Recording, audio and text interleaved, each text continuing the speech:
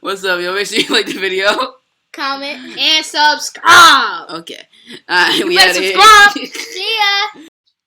Yo, you know what I'm saying? After winning the Super Bowl, you see, got a little bit of swag. Giving my boy Robux some swag, you know what I'm saying? Played great this season, you know what I'm saying? Just giving him some swag. I gave some other people swag off camera, but that I guess I just didn't feel like showing it. But looking at our season recap, we played the Panthers first game, lost that one. That was a tough loss. We went to Chargers. We had some big plays from my boy Curtis Thornton. Came back from down 24, 6 minutes left against the Eagles. Beat the Broncos and Raiders in overtime. Beat the Cowboys. That was a close game. You see how Forrest won the second game against the same team. I don't want to play him twice. Falcons, we beat them. The Bears and football. The Bears actually close game, went to OT, but football team, you know what I'm saying.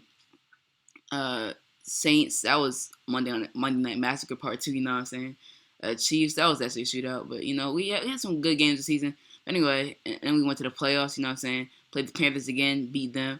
Played the Niners again. The two teams we lost to, beat them, and you know what I'm saying. We did that for real. Now some trades: Eli Apple, Harrison Phillips for the 12th pick in the draft.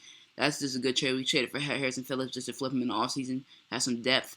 Now we traded D. Will, my guy. I didn't want to trade him, but I had to. And we got a superstar defensive tackle, so I was pretty excited about that.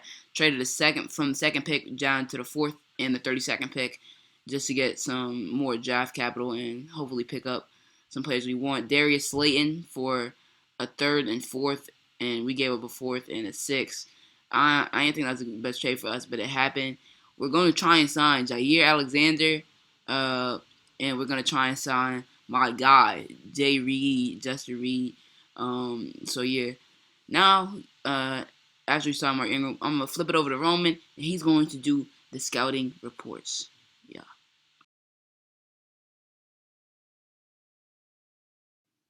All right, starting the scouting report off, we have the 6'2" freak of nature, Jamie Daniels. He has 4.3 speed. He has a 40-inch vert, so jump balls are no problem, and he can get end to end. He's very fast. Can really flex out, play slot corner if you really want him to. He's very versatile. He led the nation in picks as well, so I think he should go top 5. Next, Jeremiah Bowman. He can sling that rock so far down the field you won't believe it. He can operate well in the pocket. It's crazy. He has 4.5 speed, as you can see right here. The kid can move. Okay. He won the Heisman, as you probably know, and he's not too accurate as a quarterback. That could bring some concerns with these NFL teams, but he got the job done in college, so we'll see how that goes. He's 6'5", which is cool, but he's only 164.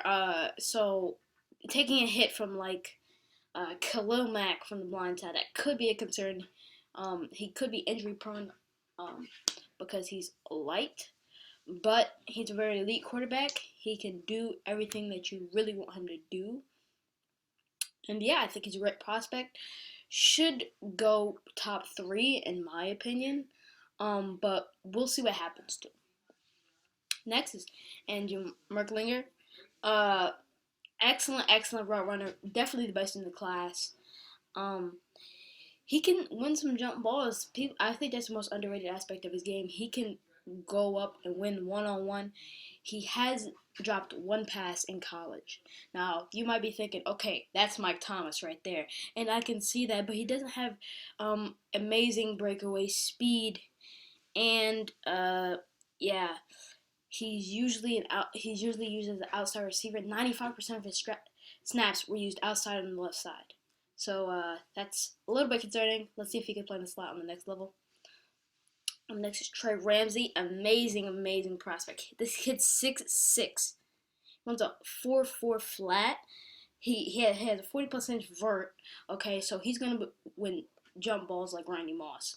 I mean, kid's amazing. He's fast. He's big. He's strong. But, he's not that great of a route runner. And he's not explosive when making his cuts. But off the line, he can throw you anywhere he wants. He knows how to use his hands.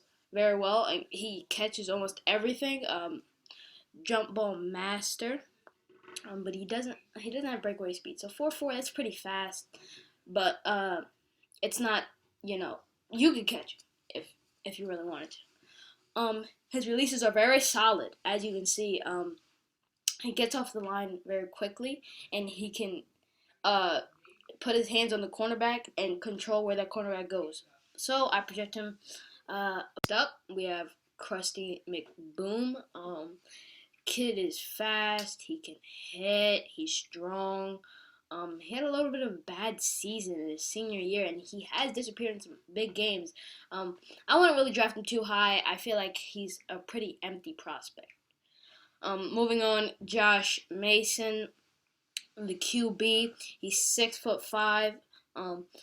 He's not an elite athlete, okay? So, but when the time calls for it, he's gonna move, okay?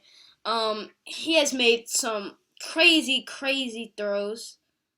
Not that one, but yeah, he had a lot of weapons on that LSU team.